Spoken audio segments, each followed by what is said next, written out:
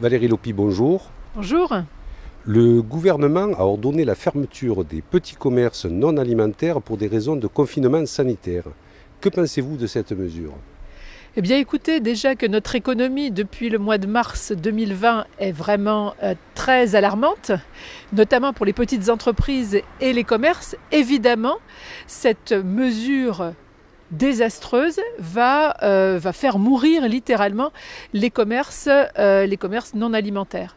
Alors moi, ce qui me réjouit, c'est que certains maires qui ont la conscience que s'ils sont maires, c'est pour avant tout être au service de leurs administrés, eh bien, il y a une vingtaine de maires aujourd'hui en France qui résistent en faisant un arrêté qui dit que selon la loi, on ne peut rompre l'égalité de la concurrence, c'est-à-dire qu'aujourd'hui, si nous empêchons les commerces non alimentaires d'ouvrir, eh bien ce sera les grandes surfaces qui, elles, font du commerce autre que non alimentaires, qui vont en tirer bénéfice. Donc, sous cette mesure qui est légale, sous cette loi, par rapport à cette loi, sur la base de cette loi, eh bien ces maires résistent et demandent, et en fait on fait un arrêté qui permet à leur commerce non alimentaire de rester ouvert. Donc vraiment, bravo à ces maires résistants, plutôt que des maires comme celui de Tarascon qui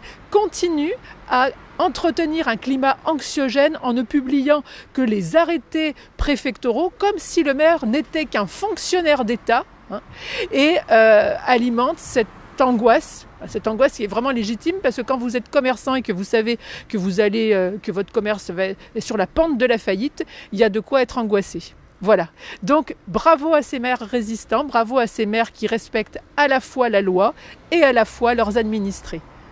Merci monsieur. Merci.